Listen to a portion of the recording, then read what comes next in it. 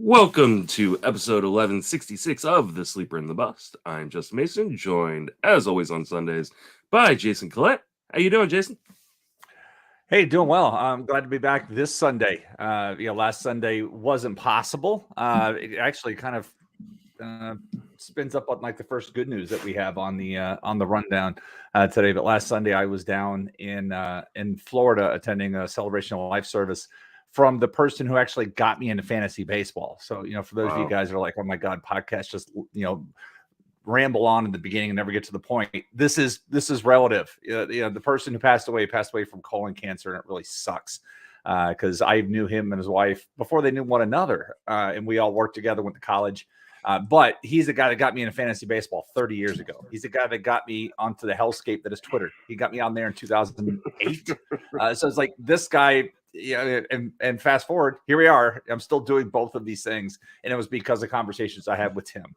And so that's why I wasn't around last week, but we are here. And like I mentioned, we had great news that Liam Hendriks is in full remission. And that's great because after watching the White Sox the last 2 days lose games in relief, they certainly need him back quickly.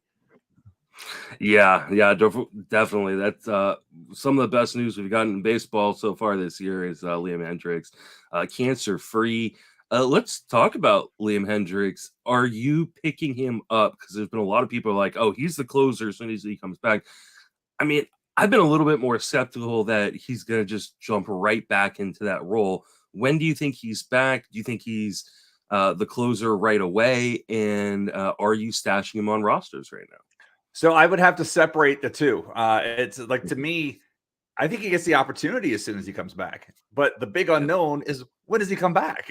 Because he is, I saw something that he has been trying to throwing aside in between all this, but it's going through all that treatment. He has to, his body's got to go through the full recovery and all that. I don't know if I can right now. You probably took him. I know he was a lot of targeted by a lot of people this season for draft, and you've been stashing, waiting, hoping that you can use him. So great. And so now you at least say, oh, something's here. And given how that bullpen has performed, it should be his job as soon as he's able to come back. I just don't know when that's going to be and what he's going to look like when he comes back, because a lot of his effectiveness is his ability to throw hard. And if he's having trouble, and we don't know how he's going to do in the new rules, it's like he hasn't pitched, he hasn't had the opportunity to even work out in this capacity yet. So there's too many unknowns for me to aggressively pursue him as a free agent right now. Yeah, I mean, I think if you have an open IL slot, obviously you can throw him in there. But the hard part right now is everybody is dealing with a ton of injuries in fantasy. This is I have 13 in one of my DCs. 13. Yeah. Mm-hmm. I was talking about this with Paul, I think on the Monday episode, where like I have a draft champions league where I only have like 9 or 10 healthy pitchers at this point. And I didn't draft like a bunch of, injured guys or minor league guys.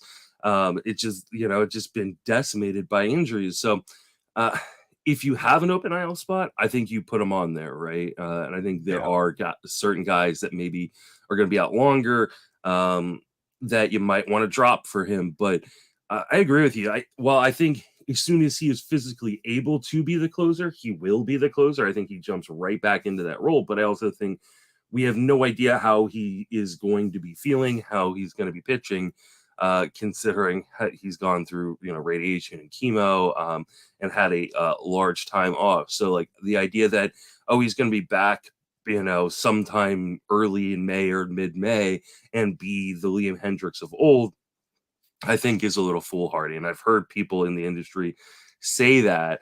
And so I'm pumping the brakes a little bit. But if he's available in my league and I can afford to stash him, I probably would right now, just because. I'm trying to think, like the last guy. So Trey Mancini was the last guy who went through this particular diagnosis and treatment, correct? I believe so, yeah. I think I was trying to think through, like, hey, what pitcher? Like, do we have any kind of baseline? And I couldn't. I'm sure John Lester. John Lester. Yeah, John Lester is the one I was just going to say as you were starting. John Lester's the other one that I can kind of think of. But I don't remember if he came back in season, what things looked like. Not like he was the hardest of throwers before he went out anyhow. But yeah, to each their own. I will let somebody else pursue that opportunity. Okay. Tony Gonsolin's coming back. There was kind of some confusion about who's going to be their fifth starter to replace Michael Grove, who got hurt. It looks like Gonsolin is back with the team in Chicago, and that he's going to make the next turn, his next turn in the rotation. Are you picking up Tony Gonsolin anywhere? Yeah, sure. I'll do it, not too aggressively, especially in places where I had Michael Grove. I liked how he looked in the spring training. Did not like how he looked on my roster so far. So that's one of many. There's just so many, and I don't know how to explain it. But I know I've tweeted about it. I know you've responded. Like the amount of first inning blowups this year, and Michael Grove was certainly one of those. The amount of first inning blowups this year. I wish I had a way of explaining this is why, but I don't, and I can't. But it is unbelievable how many times you turn up. Even Friday night when I'm at the game, I was at the Atlanta-Houston game with one of our listeners, Jeff, who was, again, wanted me to pass along his thank you to you for all the TJ Friedel preseason love, because he's got Friedel in 4 leagues. And he was like, and it's because of Justin. But we were sitting and staring at the scoreboard, and we were at the game, and the Atlanta puts up a 4 spot on Hunter Brown. And then one of the other games on the scoreboard, another huge, it was like 5 runs in first. Maybe that was the game Patrick Sandoval had a big blow up. But it's like every time you look, there's like somebody's getting blown up in the first inning. And I don't know why. It's like the times through the order penalty really isn't playing up as much as we would expect it to. It's like if you could survive that first inning, you're doing pretty good. You've got a good chance of getting it out there. But I wanted to look at, as I was talking through, I wanted to see what we were up to, because at one point the first inning ERA was rather horrendous, and it hasn't discriminated. It's been all over the place. Everybody's been guilty. Good pitchers have gotten blown up in the first inning, and terrible pitchers have gotten blown up in the first inning. But it is.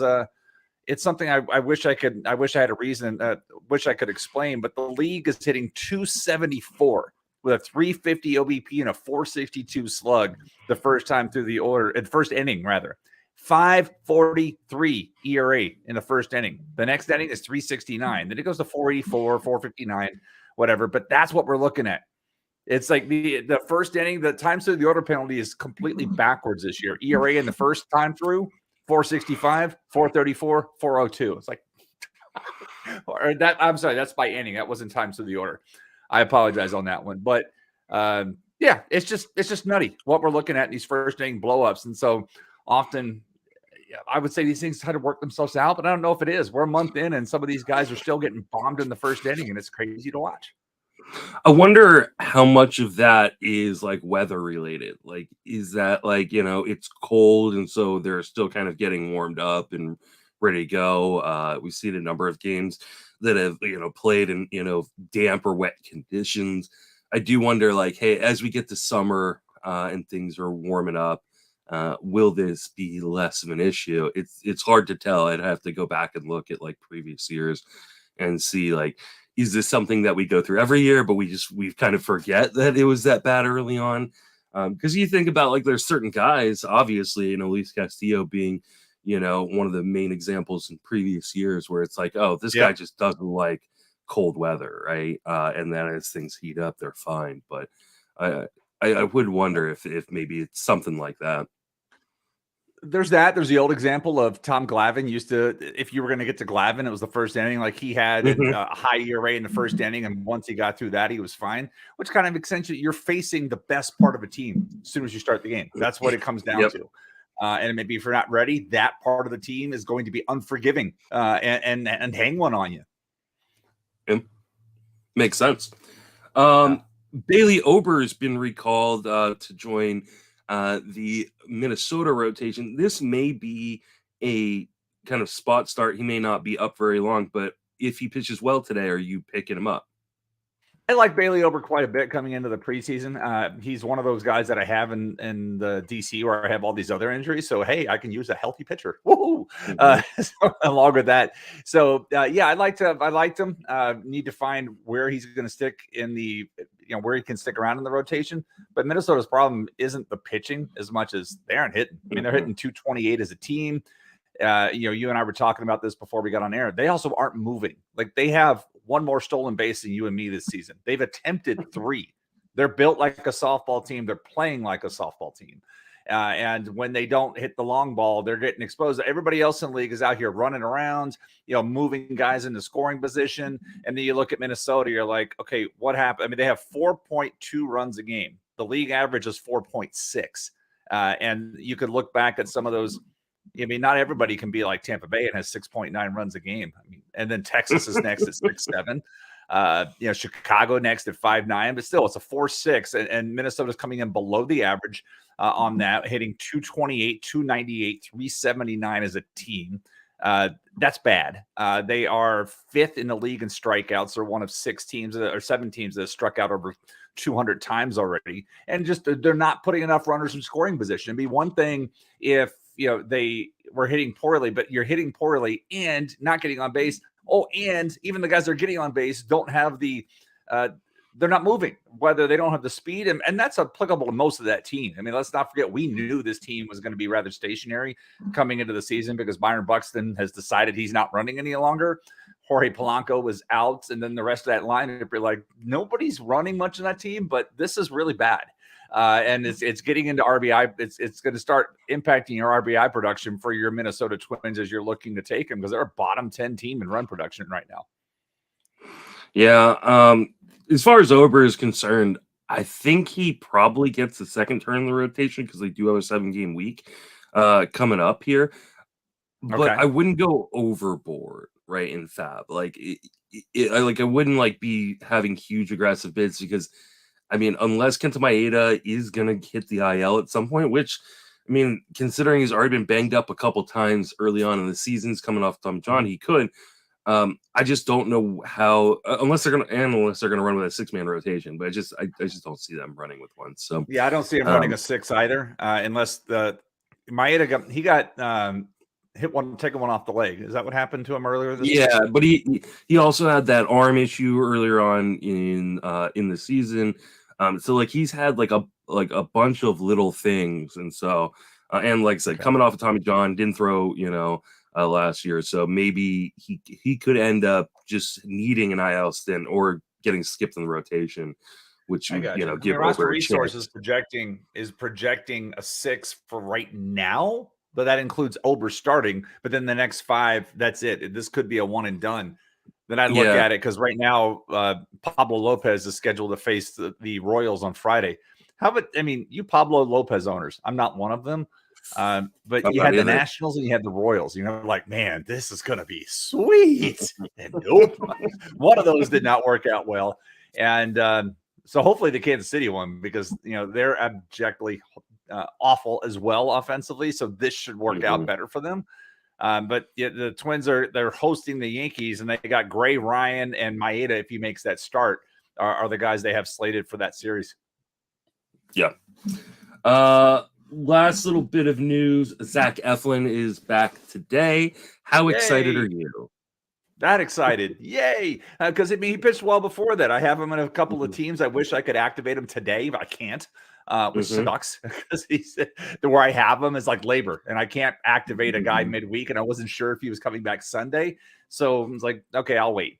So I'm excited. That also means I don't have to see the opener again for a while because it's been rough. I mean, if you saw Friday's game where it was Calvin Fauché and then Jalen Beeks, who had a 3 true outcome inning where he either struck out or walked everybody he faced and gave up 3 runs. That was ugly. So, yeah, I had the opener. So getting a guy back in the rotation, that's one. And then I would say we're still 3 to 4 weeks away from Glasnow coming back. I know originally I had said Memorial Day. Not Memorial Day, Mother's Day. But that's looking closer to Memorial Day at this rate because he hasn't even been sent out on a rehab assignment yet. So that's that's usually a trigger of, okay, 3 weeks from then at worst case scenario. But that hasn't come up yet. So he is, I would, hush. Still don't know why it triggers that off. But to see where that's going to be. So I would be leaning closer to the Memorial Day for him than Mother's Day. Yeah, that makes sense for Glass now. I think Eflin, you throw him right back into your lineups. He looked really, really good before the injury. So as long as he gets through today, just fine. There shouldn't be any reason to be. I mean, his next start is going to be the White Sox again. So he's got the White Sox today, and he'll have the White Sox next weekend because he'll miss the series. Houston, either the Rays are either going to Houston. I forget which way it is. Maybe Houston's coming to town. But yeah, his next start's going to be he's doubling up against the White Sox, who love to swing and miss. They swung and missed 42 times in yesterday's game. 32 off McClanahan alone, which ties the record for the StatCast era, I believe, with Danny Duffy. But 42 times in a 9-inning game is absurd. Just absolutely absurd, but they did it. Yeah, that is pretty. You and I were talking about that started before we started recording, and I was like, man, that is quite the feat. I wish I'd gotten more McClanahan on my fantasy teams this year. All right, let's just jump into some Sunday FAAB. Not a massive Sunday FAAB week. There are some pretty interesting names though, kind of at the top, and we'll start with kind of the big guy, which is Mason Miller. Came up. I'll eat a little bit of crow. I talked in, I think it was my Monday chat, I don't think Miller is going to be up, for another couple weeks. And, the A's have no reason to start his clock. But the A's are kind of living by the, we're going to get the bullets that he has in the major leagues as opposed to in the minors. Came up through 100. Twitter was set aflame. He's going to go for triple digits in $1,000 FAAB leagues tonight. Are you going to be part of that bidding war? No. No. And I have to explain why. Now, I would say this. One of my home leagues runs FAAB on Saturday night, and I won the Mason Miller bid. I was not expecting to win the Mason Miller bid. I believe I bid... I forgot. I'm trying to go back and look what I bid, but I won it, and I was like, that's surprising. I was just doing it to get somebody else to spend a little more. The reason why, it is not because I don't like Mason Miller, the pitcher. I watched him in spring training. If you go back and look at my Twitter feed, I was like mid-March, he popped up, watched a game, and I was like, his first pitch he threw, I was like, oh my sweet God, look at this. And then he started throwing the slider. It's like, wow. Then I remembered, oh yeah, he pitches for Oakland. This is right now. I saw a tweet this morning from Ariel Cohen. He said the A's are on pace for a 31 and a 131 record this year. That's what they're playing like. They've already given up 100 more runs than they've scored, and that's the problem. Mason Miller is where he pitches and who he pitches for. They don't score runs. They don't play defense. Mason Miller also has absolutely no durability, has not shown that durability yet. And so, I know last weekend, everybody was all in on Taj Bradley, some huge bids. But look at what Taj Bradley has. He has everything that Mason Miller doesn't. He has the surrounding cast. He has the defense. He has the bullpen. He has durability. And Mason Miller has none of these things. None of them. That said, he's absolutely fun to watch. I want to watch every game he pitches until he doesn't pitch anymore. It's really fun to watch him pitch. But it's just a shame where he has to pitch right now. And by the time he gets to where he needs to be, he may be traded to another club, unless that's part of the deal for Vegas is you can't trade Mason Miller. Otherwise, we're pulling the stadium deal, which they should. They need something there. They really shouldn't. Wish they didn't leave, but maybe they could go to San Jose. But if the lawyers weren't so crazy years ago, maybe that would have happened. I digress. No, I'm not in the Mason Miller bit of palooza this weekend, just because there were so many things that could go wrong with this, and it has nothing to do with him or his abilities, because he's fantastic to watch pitch. It's just he is in the absolute wrong place with all the wrong conditions for this to be a good move. Yeah, I mean, I think for me, one of the main issues, and you kind of hit on it a little bit, is his durability. This guy has not stayed healthy since coming into pro ball. I mean, he throws 100. He's got a violent delivery, and he tends to get hurt and break down. He only threw 30 innings last year between a few minor league stops and the Arizona Fall League. Looked great in the Arizona Fall League, but this is a guy that hasn't pitched very much and has a history of getting hurt. How, we even saw it in his first start, he was capped at 80 pitches. even if the A's are ahead, he may not get a chance to win because he's not going deep enough into games. I mean, obviously, if you're in a league shallow enough where like there's a lot of replacement on the waiver wire, you kind of ride it until he does get hurt or get shut down. But I think there's going to be like a lot of frustration with a guy like Mason Miller because, like you said, this may be the worst team in the history of professional baseball. The A's are atrocious, and man, A's fans, I feel for you guys. Like I know a bunch of them living out here. Like I do because like the A's fans got the rawest of deals. And those of you in Vegas that are going to be inheriting these A's, I hope you don't think they're going to put a winning team on the field because like I just don't trust. I saw a few people write articles about it. The move to Vegas. There's a lot of hopium being mainlined in some of these. Like, oh hey, we're going to get this many tourists. They're going to come to games. Yeah, that may work for football. That may work for hockey. That's not working for a Tuesday, Wednesday, Thursday series against the Royals. Nobody's making a midweek like, oh, let's go to Vegas in the middle of the week to go watch baseball. No. We have a case study with the Pittsburgh Pirates building that beautiful stadium in Pittsburgh. They're still not feeling it. Like, it's just like, unless and they're playing really well right now. They just extended their manager. All of these different things. You still have to invest in your ball club. But Oakland did everything. I'm not investing in the club. I'm going to raise ticket prices to an insane level. I'm doing everything I possibly can to deter people from coming to the stadium. It's like they're living out the Major League movie script. Everything Rachel Phelps wanted to do, John Fisher did. And it's unfortunate that this is where it's at because we don't have to even think back that long ago when they were getting $2+ million in that stadium and the crowd was going nuts when Grant Balfour was coming into games and all the different things. We know what the fan base is capable of when ownership cares. And clearly right now they don't. And the only reason they're doing this now is because they're going to lose their collective bargaining. They're going to lose their revenue sharing if they didn't get something done by the end of this year. And that's why they're like, fine, we're doing this because that revenue sharing is pretty much their main revenue. I mean, they're making a profit without even selling a ticket. And that's what's most important to them. Profit over people, and it sucks. And this is going to turn into a nightmare. Sorry to get away from the fantasy angle of things. We'll get back to it here in a second. But this is going to turn into a nightmare for the organization in general because their lease is up at the end of the year. And if the people who own the Coliseum go, well, you're leaving, screw you guys. Where are they going to play? That Vegas stadium is not going to be ready till 2027. Puerto Rico, Montreal. I mean, they may go into the Washington Nationals thing. Yeah, I don't know what else they could possibly do. And no, the impact of this could be really crappy. Imagine trying to attract a free agent there for the next 2 years. They're going to end up kicking out the Vegas minor league team and playing there. Play outdoors in Vegas. That'll be awesome. Yeah. Speaking of injury-prone pitchers, Griffin Canning has been pitching well. And he has a start against the aforementioned A's this week. Are you picking up Griffin Canning off the waiver wire?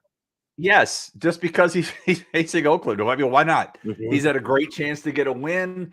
The thing with Canning, I've always wanted to like him, but every time I watch him pitch, I feel like my shoulder's going to fall out. It's really tough to watch his delivery. I know there's not a perfect one out there, but it works for him. And I'm Justin, I'm starting you against Oakland. I really have no problem doing that. It is, again, they're 4-19 on the season. They're not scoring runs. And every matchup's a pristine matchup against them. But they are scoring. The only team scoring less than Oakland is Kansas City, Miami, and Detroit. But Oakland's at 3.5 runs a game. Again, that's over a full run below the league average. You have to. I'd even start Shinjiro Fujinami against Oakland. And that guy's terrible. He is bad. He's really bad. If he could get traded, I'd start him against Oakland. Shout out to any major league teams that would like to take a shot on me as a starting pitcher. I'm happy to sign for the league minimum. The way the injuries are happening, if the Mets get one more, you may have to pitch for them. Hey, I'm totally happy to put on the orange and blue and throw a few innings. It won't be a pretty few innings. I think I probably top out at like 65 miles an hour right now. But well, I mean, there's hope. I mean, Drew Maggie got called up by the Pirates today. He's 33 years old, has over 1,300 games in the minor leagues, and he got called up, and so he's with Pittsburgh. So Justin, don't give up the dream, man. I'll keep holding on to it. Yeah, I mean, Canning was, I think I mentioned this on a previous podcast. Canning was the talk of the 2019 Arizona Fall League. Like, he was the guy everybody was really, really excited about. Nick Pollock did a whole presentation panel, mostly on him. Nick Pollock excited about a pitcher? What? Mm-hmm. It was, he was the quote unquote sleeper. He's just not been able to stay healthy. He's healthy right now. Walk rate is good. Home run rate is good. He's not striking out quite as many guys as you would hope for, but I mean, the A's will help that. So yeah, I mean, I definitely would stream him here and then kind of play matchups with him kind of moving forward. But as long as he's healthy, I think he can be a pretty effective pitcher. The only part that kind of sucks is they run the 6-man rotation in Los Angeles, which kind of limits, the amount of innings that he can kind of accrue for your team. But I do like Griffin Canning. He's going to be on a couple of my fab lists this week. Jose Quijada looks like he might be starting to take over this closer role. This is a guy that I've talked about a little bit on a couple recent podcasts as a stash target. Are you picking up Jose Quijada? Yeah, if I need saves, go ahead. I watched Estevez pitch the other day, and I was like, yeah, this still isn't working out as much as I wanted to. It's not there. I was hoping some of my late $1 Matt Moore shares would materialize. And he's pitched well, but he hasn't had an opportunity. He's been in there, this week he's pitched 3 different times. I had a loss, had a hold, but he hasn't had a save opportunity yet. So right now it's going back and forth. Estevez did get the Monday save, but I watched a little bit of that Friday game and I watched some of that Wednesday, and I was like, nah, that's not working out well. So yeah, take your shot on Jose Quijada. It may be matchup dependent given the righty lefty situation there. And what's his face? Phil Nevin is old school in that regard. So that may be how it plays out. So yeah, I would take some darts on saves, especially if you're somebody like me, who's got a few shares of Reynaldo Lopez and watched him completely melt down Friday, although he did look much better yesterday. Credit to Pedro Grifo for putting Lopez right back out into a tie game 9th inning situation and helping him put Friday night behind him where he couldn't get anybody out. So that's there. And by the way, on the White Sox, I need to mea culpa. I blamed all their problems last year on Tony La Russa. Apparently it wasn't Tony La Russa because they still suck. Pedro Grifo is not getting much out of the team. Yeah, they're missing their closer. Yeah, they're missing Tim Anderson. But the rest of that lineup, it's been fun watching Burger Time because, I saw Jake Burger a bunch here in Charlotte and knew he could hit. So, that's been fun. I took him in a league a couple of weeks ago, the day he got called up. So I'm like, I know this guy can hit and he's getting playing time. But overall, that's not a good team. That's really an undisciplined, like I said, 42 swings and misses yesterday. McClanahan was just throwing a ton of pseudo strikes, and they were like, oh, yeah, I'm swinging. Oh, yeah, I'm swinging. And that's why I'm playing Eflin and DFS today. So I'm like, I'm just going to double up on that because this team does swing. They expand their zone and swing more than anybody else. And maybe it wasn't La Russa after all. So I will take a mea culpa and say, because I recall in the offseason, I was like, this team should be so much better. I believe a lot of their issues were related to management and the person and things we couldn't see off the field. No, this may be a roster construction issue after all. Yeah, it may be. As far as Quijada goes, I'm trying to pick him up wherever he's available in my leagues. I think there's a really good chance he takes over this close job. I know he's a lefty and that teams don't often want to go with a lefty, but they've also already got like 2 or 3 lefties other than Quijada in this pen that are pretty effective, that can kind of take over that, high leverage, role when they need a lefty to come in. So I don't think Estevez is going to continue to be able to do this job. So it wouldn't surprise me though if the Angels go out and make a move, at some point. So this may be a short-term gig, even if he does get it. So what's there to that point though? And keeping a fantasy here, Joe Adell is still ripping the ball up in AAA. has a bunch of home runs. Yeah, he's got a bunch of strikeouts. He's not stealing bases, but it's because he's hitting too many extra base hits. But like that seems to be their most logical trade chip is him. They don't have, unless they're going to be like, okay, go ahead and play in AAA one more year. We're losing Ohtani next year, so you can come up in that capacity. That seems to be like the massive trade chip where they could go out. Like, what's to stop them from saying, hey, we have this talent, we have all this. Hey, Kansas City, Joe Adell for Aroldis Chapman. I was just about to. That's really exactly good. What I was going to say. It's just like, let's do something there and bring him in and see what happens, because he looks really good. Maybe he looks really good because he's pitching in obscurity now, and who knows? But he's pitching really well, and Kansas City should be all over that trade. That's the kind of thing. It's like my fear is Kansas City will sit back and try to get a most out of Chapman, and if something never materializes, then they end up settling for something. But if I'm the Angels, I have this roster. I have these guys together for one more year. And shocker, they're like treading water. They're not doing that great. But I'm not going to let it go to waste. I shouldn't let it go to waste. And if you have no plans for Adell in the future and you think it's like, okay, this is never going to work out, then that's the kind of trade you make. I mean, you look at their bench depth: Chad Wallach, Jake Lamb, Luis Rengifo, and Brett Phillips. Brett Phillips has as many hits as you and me this year.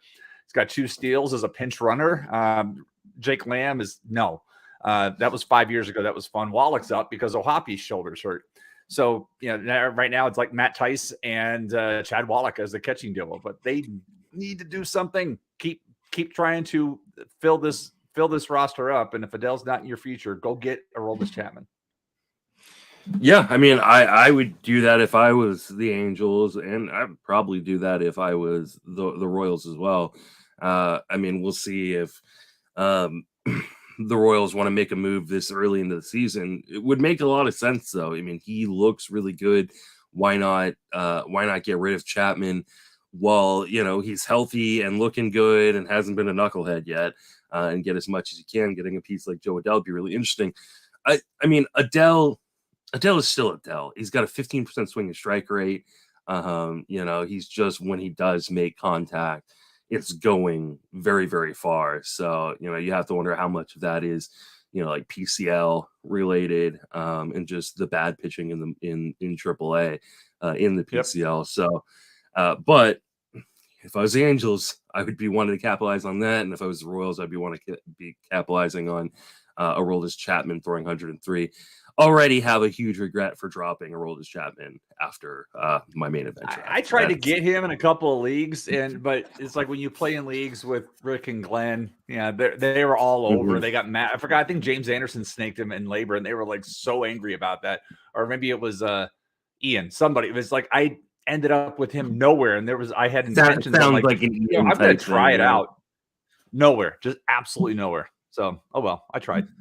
Yeah, I took him in my main event because I was like, I've got Felix Bautista and AJ Puck, and I was like, I just didn't know how comfortable I felt with my saves, and so I just took him as a gamble and then dropped him for Will Smith after Will Smith got that early save for the Rangers, and that happened. Well, I dropped Evan Phillips after week 1 after Ronaldo Lopez came out of the gate well, so it happens. I had 4 closers, not by intention, but it was like I remember taking Evan Phillips, and I was like, wow, this worked out, and then you know what, never mind. And so I dropped him, and then I think he went like 300 in the next weekend. Like, oopsie. We all make mistakes, dude. Speaking of oopsies, potentially at the closer department. Jeurys Familia, a name that's a blast from the past, 33 years old. I can't believe he's only 33 years old. He got the most recent save on Friday night for the A's. Are you picking him up? Do we care enough? No. I mean, so like if I'm in an AL only, so you AL only leagues, you have to, right? Yeah. Let's say you were one of the teams that just like punted saves, like, I'll just stream him during the season. Sure. But getting back to the fact this team is on pace to win 31 games and 4 of those are already in the pocket, that's 27. He would have to save every single one of those, which we know doesn't happen. So on a good team, a closer gets about a third of the wins. So a third of 31 is 10. He already has 1, so they were still looking at a single-digit save total the rest of the way. That's kind of where you're at. And right now it's just a matter of they're trying something because Trevor May has looked terrible. Danny Jimenez has not looked good either. And it's like, okay, here, let's see what sticks at the wall. And so this may stick at the wall, but this is still a single-digit save total the rest of the season. Well, it's a single-digit save total, and then you have to factor in the fact that if he is good, he's getting traded. Like, there's no way he's staying on this team after the trade deadline. Like, he'll get moved to be somebody's, setup guy or middle reliever for a team looking for a cheap bullpen piece to kind of bolster their bullpen. So, closer should be Fujinami. That's the guy they should have in save. Take this guy. He is not a starting. Seriously, take him out of the rotation. He is terrible as a starter. Absolutely terrible. But he's got stuff. Who are they going to put in? It doesn't matter. They have nobody else. You're not trying to be competitive. Well, so what? If you're not trying to be competitive, just leave Fujinami there. You're already paying him probably more than you're paying the rest of the rotation combined. So go sign Madison Bumgarner. I think the Giants are going to bring him back. I'm half joking. Go sign Madison Bumgarner. I think the Giants should sign Madison Bumgarner, not because he's any good or they can do anything with him, but it's going to be a bad season for the Giants, and so why not just bring a reason to go to the ballpark? I agree. And I agree, but it is, Anyhow, yeah, I have to laugh at Oakland. It's just I feel bad for the fans. I'm not even going to make fans like what fans. They have fans. They have a ton of fans. And we've seen it. Yeah. We've seen it. They have fans. Yeah. I do feel bad for them. Moving away from pitching into kind of offensive guys, Taylor Wall's hitting the ball pretty well right now. I know he's thought of more as a defensive guy that can play a lot of different positions for the Rays, but any chance you're picking him up this week in deep performance? So I tried to get him in some drafts because he was roster flexibility. That's what it comes down to. He is you think about a guy that is, you talk like, oh, hey, defensive first. So you think he can't hit. And last year he certainly showed that he couldn't hit, right? But he did go back and he did go out to the gym. I would say he is, by the eye test, noticeably bigger this year. So he has put in some work in the gym. Not that he was ever a small, he says he's 5'10", 185. He doesn't look 5'10", 185. He has, and the other part of this is right now, small sample size alert and whatnot, the switch hitter is doing most of his damage from the right side of the plate. So if you're trying to look at, hey, let's get him into a platoon situation, where that's been kind of rough. So he's been doing most of his damage there. But right now, he's showing offensive capabilities that I didn't think he had. And he is running when he's on base. He is taking off. He does have good speed. He is taking that, and he's been very disciplined at the plate. And a couple of his home runs have been legit shots. And then you look at a 1% barrel rate so far, and a 10 percentile max exit velocity. But some of that is like, it's been over the last week. Some of that early on was slow, but he's out there playing almost daily now. And so as he's getting that daily playing time, numbers are starting to creep up a little bit. And so, if you're hurting and up the middle and needs some speed and somebody that's got some potential power, this is a good opportunity. Like I said, they got a busy schedule this week. They got Houston and the White Sox. Again, with that, neither of those teams are doing a great job at controlling the running game. Last I looked. So that's another opportunity as well. When I was looking earlier, although Sebi Zavala did was able to throw out Wander Franco last night. But looking through, the White Sox are, what do we have the White Sox? We have the White Sox 2 of 16 in throwing out runners. I'm sorry. Yeah. Opponents are 14 of 16 against the White Sox in stealing bases, and 16 of 19 against Houston. So if looking for a weekly play, I want to see what happens. This could be an opportunity where Walls could pick up multiple steals this week. And I would apply that same to most of the Tampa Bay roster when you have those types of matchups this week. Yeah, I like Walls as at least a short-term streaming option. Maybe you're missing, Seager or Tim Anderson, guys like that, and you need or you lost O'Neal Cruz. he's making some really interesting adjustments kind of underneath the hood, including things like, he's become just more aggressive in the zone, especially, but just overall has just been more aggressive. So, his zone contact is up. He's getting some BABIP help. Obviously, he's not going to hit, 300, I don't think, rest of the way. But I think this is a guy who, especially in your deeper formats, he looks like he's going to play a lot of different, a lot of different places, play pretty regularly as long as he can continue. A 91% zone contact is pretty elite. And it's not what we've seen from him in the past. I mean, he's a guy with a, career 82% zone contact. So, like, this is an adjustment. I wonder if there's been a mechanical change. I'd have to kind of go and do a side-by-side There actually comparison. has been. There has been a mechanical change. I'm glad you brought that up. I need to think of the guy's Twitter handle. There has been a mechanical change, and as soon as I can find it, he basically did something with his swing. Here it is. Dog Pancake 73. I know this is a funny Twitter name, but he is one of the contributing writers on D-Rays Bay. And he did something back in March that was like, hey, Walls looks different. And he certainly does. And I was trying to find the tweet, but he basically changed his lower. He changed the way his legs work. He was a leg kick guy, and he has stopped doing that. But as soon as I can find the tweet, I will put a link in the chat. You can put it in the notes. But there absolutely has been a mechanical change for him that has helped him be more at the plate. And it's, like I said, last year he was the automatic out. Like, oh, hey, my drink's empty. Let me go get a refill. That was a Taylor Walls at bat. Not anymore. Yeah, and so I mean, I don't think you're gonna get, like, he's got 0 barrels so far. Like, he's not gonna be like a huge power source. But I think he gets some sneaky speed and, put up a, like 280 batting average if he can kind of continue, with these gains. So I think, especially in your deeper formats, I think he makes a lot of sense if you're kind of, streaming a middle infield spot because of injuries right now. So speaking of a guy that you might be wanting to stream for your middle infield, Oswald Peraza is up and playing, a fair amount right now. Are any interest in him? Yes, have him already in 2 different leagues. And that's one. Yeah. If the Yankees are playing well, going back to what we were talking about with Minnesota, softball team, station to station, not moving. That's not the Yankees right now.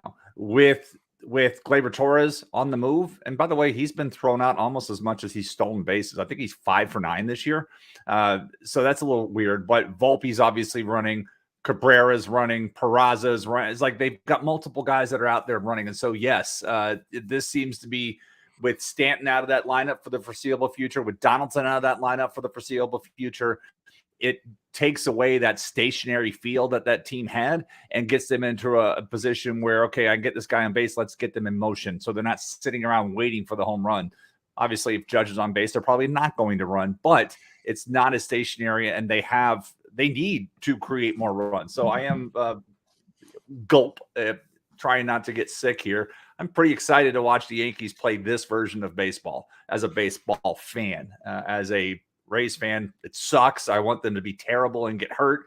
But like I was watching yesterday's game against Toronto, and it was nothing. It was a pitcher duel, and unrelated. Alek Manoah got better results. I would encourage people to go dive into the numbers and look at the overall numbers, because the overall numbers weren't terribly encouraging, but the results were. Like his called strike and whiff rate was still very pedestrian. Velocity was fine. He looked much better than he did in his last start that I watched last Sunday against Tampa Bay or last weekend rather. So, but it was a fun game to watch. It was 0-0, and then it was 2-0, then it was 2-2, and then the Jays, Romano couldn't put out that fire at the end of it. So yeah, it's a different version of the Yankees that we're used to. Yeah, I mean, Peraza is doing fairly well. He's only at 250, but he's walking almost 19% of the time in his through his first 6 starts. Like, I think even while Volpe is stealing a lot of bases, he's barely been hitting his own body weight. And I do wonder, like, how long the Yankees are going to allow that to happen, especially at the top of that Yankee lineup.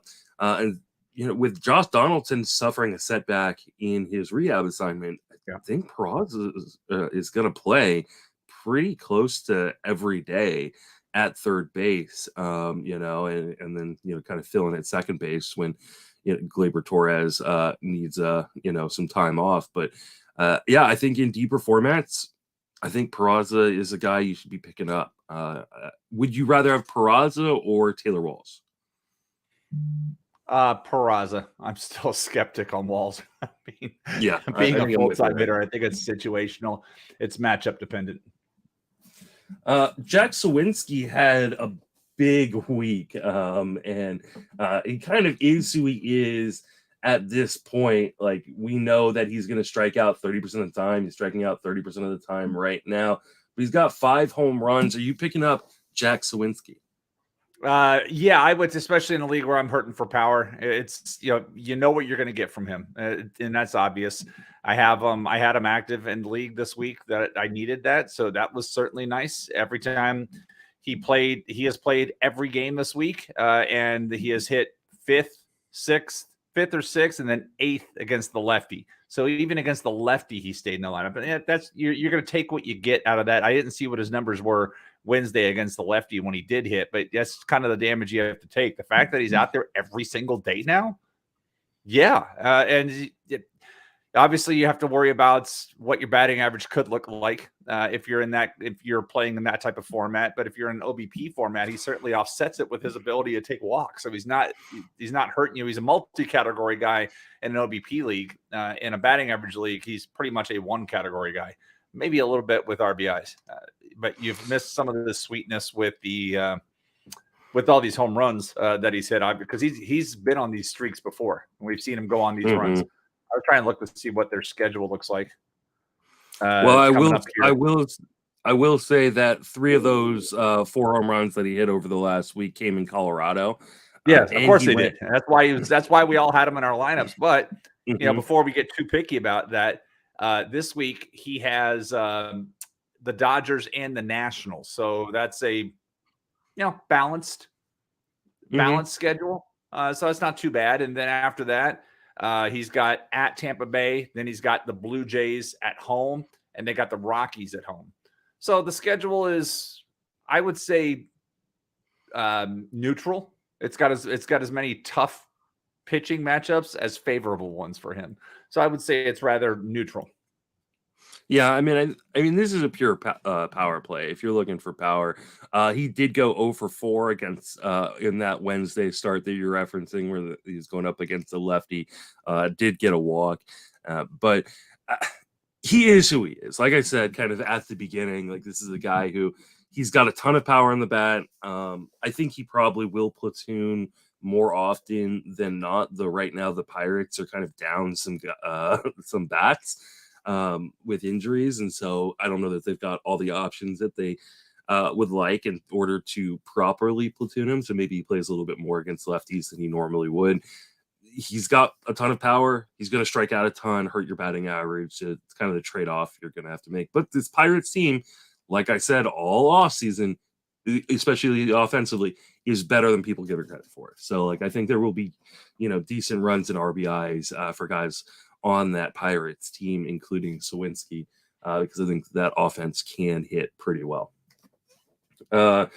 Speaking of the Pirates, Connor Joe is kind of stepping into some more playing time with G-Man Choi out, other injuries on this team. Any interest in Connor Joe, who was a kind of a fantasy sleeper guy a couple of years ago back in Colorado?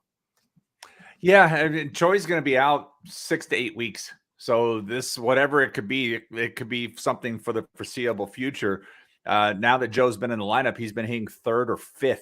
And he's got a day off today, but he's been hitting 3rd or 5th every time out in the lineup with that. So if he's getting this kind of playing time, hitting in the middle of the lineup, yes, interested until it's not happening any longer. Yeah, I'm right there with you. I don't think he's anything special, but I think he's going to play regularly. There's a little bit of pop there. Deeper leagues makes a little bit of sense. Not a guy that I'm like running to the waiver wire for by any stretch of the imagination, but a guy that I in the deeper leagues, if I need a guy, and I think he's multi-position eligible at first and outfield in most leagues, gives you a little bit of that kind of bench flexibility, which is nice. Yeah, I was looking to see. Doesn't show.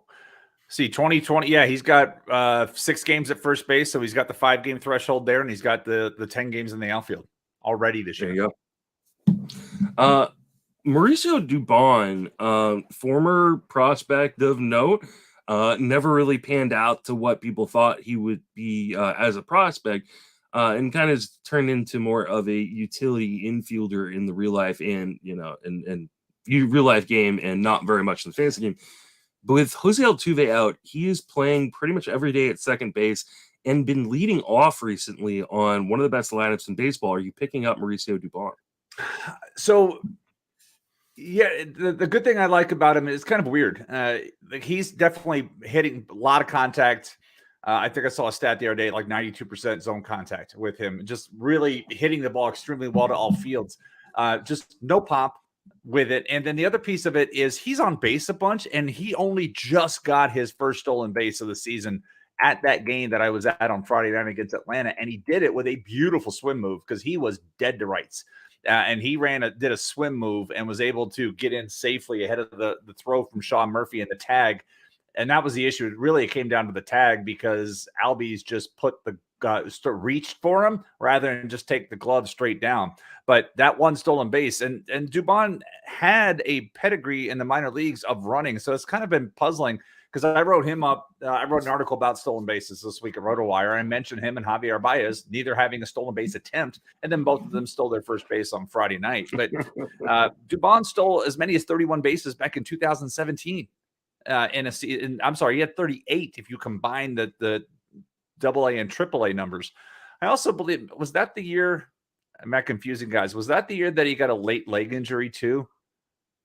I think you might be right. He's not running anymore. I remember at one point I was excited to have him come up, and he had a late leg injury. I was looking at him towards the end of the season, but right now, I mean, it's an extreme high contact guy. I mean, he has got 3% walk rate and a 5% strikeout rate. And all of that said, he doesn't have a single number above 400 in his triple slash line. All of that. So he's putting everything in play. It's really not going anywhere, but he's spraying and getting on base, and he's got, he's able to score 15 runs for an Astros team that's struggles to put offense together some nights. And some of that is lineup construction. I still don't, for the life of me, understand why Kyle Tucker's not hitting higher in that lineup, but I digress. Yeah, Dubon makes a lot of sense if you're looking for runs. If you need runs scored, he makes a lot of sense because he's, I think, going to be hitting high up in this lineup. He is pretty much doing his best impression of Luis Arraez. I was going to say David Fletcher, too. If you think back to that season where David Fletcher put everything in play, and we're like, how is this happening? And then David Fletcher is now languishing in the minors because he got, the Angels gave him that contract, and then they just outrighted him to the minors. But it kind of reminds me of I was looking back at the season. The season Fletcher hit in 2020, where he hit, that was a short season, obviously, but hit 319. But even the season before, he hit 290. And it's like, how did this happen? Yeah, I mean, and like the underlying numbers, like kind of bear this out is like somewhat legitimate. His XBA is 327. He's making his own contact above 90% right now. Like he's doing like everything he needs to do to kind of keep this going, but it's so empty. It's such empty batting average and runs scored that there are a lot of leagues in which you can't roster that regularly because the 15 runs are great, but he has a total, if you add up all of his home runs, all his stolen bases, and all of his RBIs, it's 5. He's got 4 RBIs and 1 stolen base. Like that's it. Like you're getting runs scored and batting average. Like I said, makes sense if you are really struggling early on with runs, or if you identified after your draft, like, oh man, I didn't get any leadoff hitters. I might be struggling a little bit with runs. But this is also a short-term solution because obviously as soon as Jose Altuve comes back, he's going to be out of the lineup. I think I put him below both Peraza and Taylor Walsh for me. How about you? Yeah, I mean, right now he's saving my skin. In AL labor, he was my pickup when I lost Dylan Moore. And Dylan Moore may not be coming back for a while now because he had a setback yesterday and he's supposed to see a team doctor. So if you were looking at Dylan Moore in your AL leagues, they're like, oh, hey, Speed, he's on his way back. He's not on his way back anytime soon. So I'm riding Dubon out until I can't any longer. But he's an easy replacement. He's helping me. He's contributing in areas that Dylan Moore never would have. It's like he's helped me in batting average. Great. I need speed, and that's why I had Dylan Moore. And I have that one steal. It's like sweet because I think I have, 4, 8, 9, 10. I have 13 steals and labor, and that's not what I need. I need more steals. I have 17. Chas McCormick's on the IL, so I didn't count his 4 that are down now in the IL. So I'm starting to get hurt a little bit on that. But with Dubon, I would just say ride it out until you can't anymore. He's up there, he's hitting, he's getting on base. Maybe Dusty Baker will break from his stubbornness and switch the way that lineup is there. But I don't know how much longer they can ride out Jose Abreu at cleanup. I just don't. I mean, Jose Abreu looks terrible. It is. Yeah. He has one more home run than I do since the beginning of August. And he's just not. I don't know how you can right, left splits, whatever you want to do, then switch it up. Put Alvarez second, have Bregman hit third, have Tucker hit fourth, have Abreu hit fifth. Do something like that. But they cannot continue to roll out Jose Abreu hitting cleanup. It's killing them. They should be better than they are. They've got a lot of good pieces of this team, and yet they have Jose Abreu hitting cleanup, who's doing absolutely nothing right now. And I expected more of him this offseason. I wanted him to be a better player. But the numbers right now just don't bear it out. Yeah, he's 250, 290, 284. When you're hitting cleanup and your OBP is higher than your slug, that is a major, major problem. Yeah, I'm right there with you.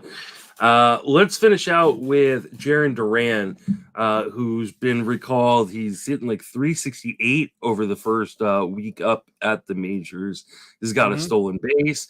He's in the bottom of the lineup. Do you care about Jarren Duran at all? Oh, I do, because I was not able to get him into my tout lineup this week. And so Bubba Thompson has still been sitting in there because I wasn't aware that Duran was being called up and activated in time for Monday's game with everything going on last weekend. Missed that. So I missed all those sweet stats, and Bubba Thompson has done next to nothing. So I'm now swapping that in. But I had 4 shares of Duran coming into the season. So he's active and going right into all my lineups. I've bought into he did a lot of work in the off season, looks bigger, had a really nice spring training outside of the sunbathing thing. Or was that Cassis? I forget which one that was. But Cassis, he's got all the athleticism. All right. He has all the athleticism in the world. Duran does. And so he is somebody, last year we wanted him to be better. Kind of like, I would put him and Josh Lowe in the same bucket. We were super excited about them last year. They let us down, and so their value fell. And Duran has only had a week to show his value. Lowe's had more, and Lowe's certainly doing well. There's too. So, but both of these guys, don't forget this time last year or even earlier than that, we were all like, man, these guys could be great. And when they weren't, we dumped them.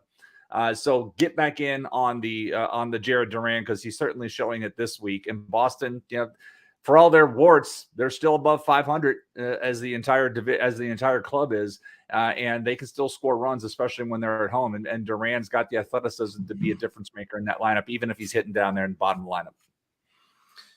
Yeah, I'm a little bit more skeptical. He's still, striking out 30% of the time at the majors. Really, really struggled in AAA in his 26 games down there, where he hit 195. Now, I will say, he was only striking out 21% of the time in AAA. So I think there was a little bit of some bad BABIP luck, but a lot of what we've seen this week is good BABIP luck. He's got a 500 BABIP.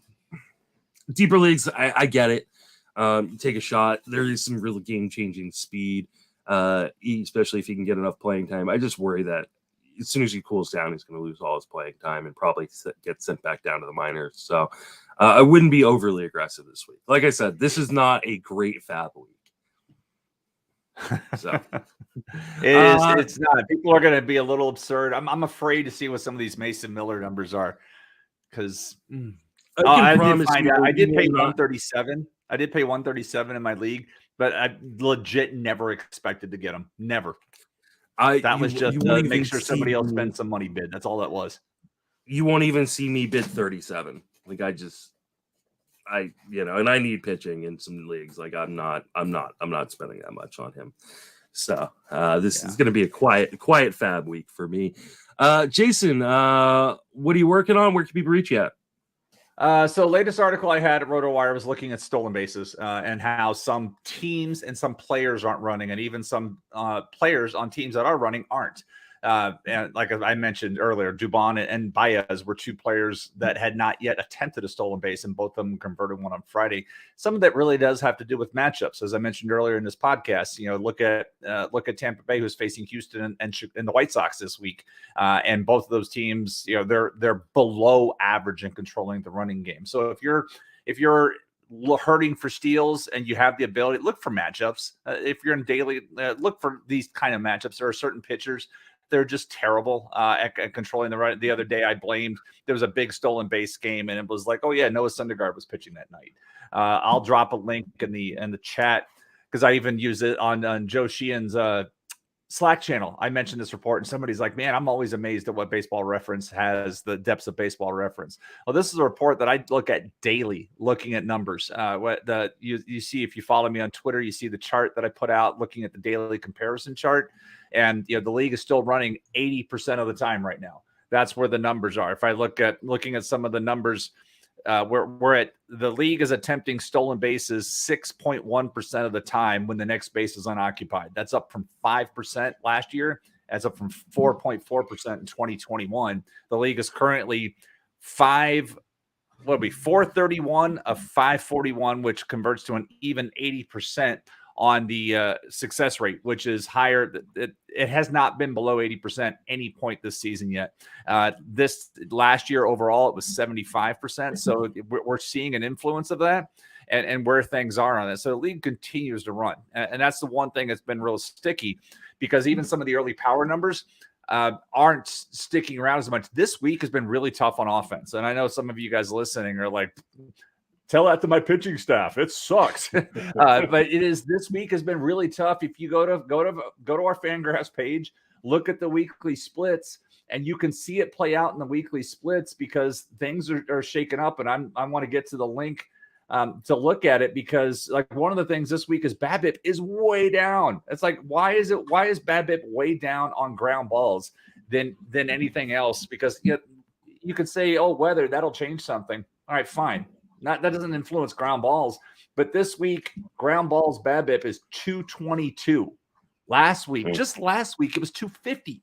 It was 244 the week before that, and it was 232 the week before that. So are pitchers starting to get it? Or like what's happened? Why is all of a sudden ground balls aren't making it through? What's happening there? The league-wide batting average week by week, 245, 251, 247, 237 this week. So it's like, what's happening? Why are things struggling? Because we haven't really seen, a lot of this, a big surge. Yeah, Joe Musgrove came back last night, and I haven't even seen what his numbers were yet, but we haven't seen this big surge of returning quality pitching and getting rid of some of the crap that we've seen that should make this type of dent. But for whatever reason, this particular week, we're not seeing the type of offense that we've seen on the aggregate in the first 3 weeks of the season. So that may be my next article, is like, what happened this week? What were the factors that came into play this week for baseball to return to a kind of 2022 feel after 3 weeks of, oh my God, this could be a crazy season? Yeah, I'm interested to kind of, see how, because I think we were, we were feeling like this was going to be another live ball this year, and all of a sudden things are starting to quiet down a little bit. So I'm definitely interested to see kind of how things continue to play out. This is also why we can only face so many teams. Yes, exactly. More balanced schedule. They're going to face more teams, so it's going to be spread around a little bit more this year. You can reach me on Twitter at Justin Mason FWFB, writing or posting daily at Fangraphs, and I'm writing 3 days a week over at Fantasy Pros. Obviously, I'm on this podcast, but I'm also doing the Friends of Fantasy Benefits podcast. That will wrap us up for this episode. For Chase and myself, thank you for listening. Have a fantastic baseball season. See you guys.